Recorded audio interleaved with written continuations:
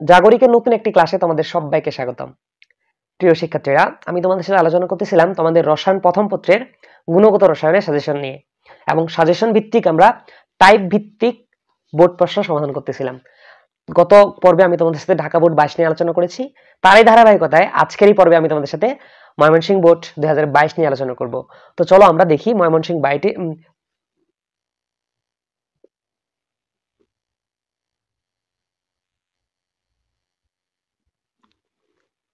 তো চলো আমরা দেখি ময়মনসিংহ 22-এ যে প্রশ্নটি এসেছিল আমাদের কি জানতে চেয়েছিল বা কি বলা হয়েছিল।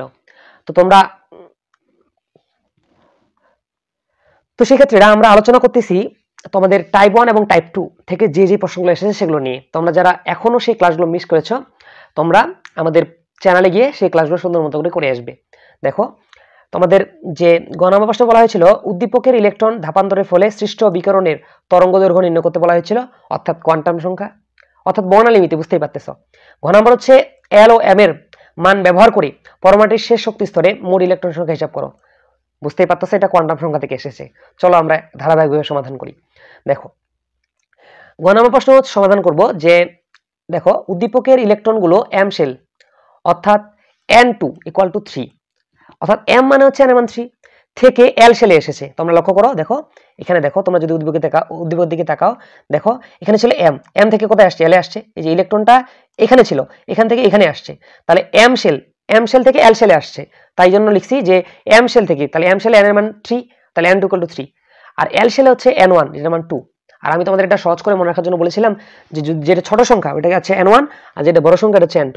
তাহলে দেখো 3 এবং 2 এর মধ্যে সব থেকে ছোট হচ্ছে 2, তার জন্য N1টা 2 এবং এই যে N2টা হচ্ছে 3। ধাপান্তরিত হলে নির্গত বর্ণালী তরঙ্গ দৈর্ঘ্যকে ল্যামডা ধরলাম। তাহলে এখানে লিখেছি রিডবার্গ ধ্রুবকের মান আমরা জানি যে 10, 9, 6, 7, 8 সেন্টিমিটার স্কয়ার, আর is equal to N2 = 3, N1 = 2, lambda = what? তাহলে আমরা জানি 1 ভাগ lambda = RS * 1 divided by N1 square minus 1 divided by N2 whole square. এখান থেকে আমরা যদি ল্যামডার মানটাকে যদি বের করতে চাই, তাহলে দেখো এই যে ল্যামডা, এই দেখো এখানে ল্যামডা রাখলাম, এই 1টা দিয়ে যে ইনভার্স হয়ে যাবে না? তাহলে এই ইনভার্স হলে আবার ভাগটাকে গুণ করলে এরকম হবে 1 divided by RS * 1 divided by N1 square minus 1 divided by N2 square হবে। এখন যদি আমরা মান বসিয়ে দিই তাহলে ল্যামডাটা বের হয়ে চলে আসবে। এর আগে যে পর্বে আমরা যেভাবে করছি ওইভাবে করলেও হবে, তোমরা সমস্যা নেই, ওইভাবে করলেও উত্তর চলে আসবে। তোমরা যেভাবে করো ল্যামডার মানটা আনলেই হইলো আর কি। তাহলে দেখো 1 ছিল 1 রাখলাম, এখানে RS এর মান 10, 9, 6, 7, 8, 1 এর জায়গায় 1, N1 স্কয়ার রাখলাম, N2 স্কয়ার রাখলাম, মানে 2 স্কয়ার 3 স্কয়ার।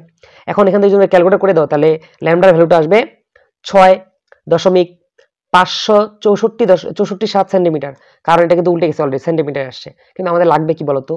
আমাদের লাগবে হচ্ছে ন্যানোমিটার, তাই না? তাই আমরা কি করব? এর সাথে 10^7 গুণ করে দেব। তাহলে দেখো এই যে এই সেন্টিমিটারের সাথে যদি 10^7 যদি গুণ করে দিই তাহলে এটা আসবে 656.47 ন্যানোমিটার। তাহলে বলতে পারি অতএব উদ্দীপকের যে ইলেকট্রনটি রয়েছে ধাপান্তরের ফলে সৃষ্ট বিকিরণের তরঙ্গদৈর্ঘ্য হবে 656.47 ন্যানোমিটার। আশা করি তোমরা ময়মনসিংহ বোর্ডের গ নম্বর প্রশ্নটি সুন্দর মতো করে বুঝতে পেরেছ। চলো এবার আমরা ঘ নম্বর প্রশ্ন নিয়ে আলোচনা করি। দেখো, ঘ নম্বর প্রশ্নে বলা হয়েছিল যে উদ্দীপকের উল্লিখিত পরমাণু মডেল শেষ শক্তি স্তরে অর্থাৎ এম শেলে, অর্থাৎ যেখানে এন এর মান হচ্ছে 3, নিম্নে এল এবং এম এর মান ব্যবহার করে পরমাণুর শেষ শক্তি স্তরে মোট ইলেকট্রন সংখ্যা হিসাব করতে বলা হয়েছিল।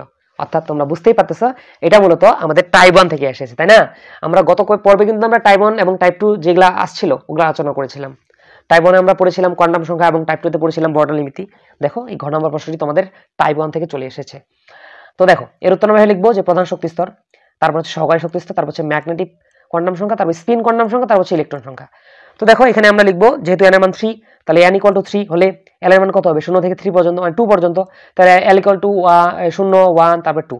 l এর মান 0 হলে m এর মান 0 হবে। l এর মান 1 হলে m এর মান হবে কত? 0 থেকে +-1 পর্যন্ত। তাহলে 0 থেকে +1 -1। তাহলে l এর মান 2 হলে কি হবে? m এর মান 0 থেকে +-2 পর্যন্ত। তাহলে এই দেখো এখানে 0, তার হচ্ছে -1 -2, তার হচ্ছে +1 +2।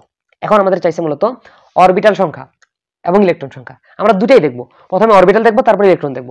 দেখো অরবিটাল যদি হিসাব করে দেখো, প্রথমে এখানে একটা, এই 0 মানে কিন্তু 0 না, 0 মানে একটা উপাদান, একটা, তার হচ্ছে 3টা, একটা 3টা কয়টা হচ্ছে? 4টা হচ্ছে।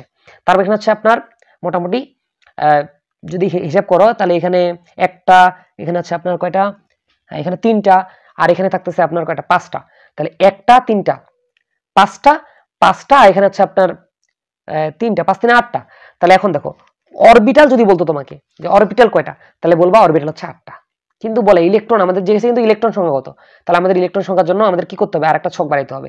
অথবা তোমরা যেগুলো পাইলে আর কি অরবিটালকে দ্বিগুণ করলে কিন্তু চলে আসবে। এখানে 9টা সম্ভবত, হ্যাঁ 9টা, এখানে মূলত 9টা হচ্ছে। দেখো এখানে হচ্ছে তোমার 5টা, এখানে 4টা, 5 4 9টা, 9কে দ্বিগুণ করলে কিন্তু ইলেকট্রন সংখ্যা চলে আসবে। তাহলে 9 এর দ্বিগুণ কত বলো তো, 18 না, তাহলে 18টা ইলেকট্রন হবে। কিন্তু আমাদের এইভাবে যেহেতু স্পিন কোয়ান্টাম সংখ্যার সাহায্যে বের করতে হবে, তার জন্য এখানে বিস্তারিত হয়ে লিখতে হবে। দেখো তো এইভাবে লিখবো যে স্পিন কোয়ান্টাম সংখ্যা, আমরা জানি যে প্রত্যেকটা ইলেকট্রনের জন্য দুইটি স্পিন থাকে, একটা হচ্ছে ক্লকওয়াইজ, একটা হচ্ছে অ্যান্টি ক্লকওয়াইজ, তাই না? একটা ধনাত্মক হাফ, একটা হচ্ছে ঋণাত্মক হাফ। তো এই যে একটা হচ্ছে ক্লকওয়াইজ আর একটা হচ্ছে কি অ্যান্টি ক্লকওয়াইজ। এখন দেখো এখানে একটা উপাদান রয়েছে না, এই জন্য এখানে দুইটা ইলেকট্রন, একটা এই যে একটা দুইটা, তাহলে দুইটা। এখানে দেখো একটা ক্লকওয়াইজ একটা অ্যান্টি ক্লকওয়াইজ, কিন্তু এখানে অরবিটাল কয়টা বলেন তো, অর্থাৎ ম্যাগনেটিক কোয়ান্টাম সংখ্যা কয়টা, 3টা। তাহলে ক্লকওয়াইজ অ্যান্টি ক্লকওয়াইজ, এখানে দুইটা ইলেকট্রন, দুইয়ের সাথে তিন গুণ করতেছি, এই 3 গুণ করতেছি, 3 গুণে 6টা। সেইভাবে ক্লকওয়াইজ অ্যান্টি ক্লকওয়াইজ, তো এখানে দুইটা ইলেকট্রন আর এখানে আছে 5টা, তাহলে 5 দুগুণে 10টা। তোমরা যদি এগুলো যোগ করে দাও 2 + 6 + 10, তাহলে আসবে মোট 18টা ইলেকট্রন। তা অতএব বলতে পারি পরমাণুটির শেষ শক্তি স্তরের মোট ইলেকট্রন সংখ্যা হবে প্রথমে 2টা, তারপর 6টা, তারপর কয়টা, 10টা। এভাবে যোগ করলে 18টি আসবে। শিক্ষার্থীরা, এই ছিল তোমাদের ময়মনসিংহ বোর্ডের ঘ নাম্বার এবং গ নাম্বার সমাধান। আশা করছি তোমরা ময়মনসিংহ বোর্ডটি সুন্দর মতো করে বুঝতে পেরেছো।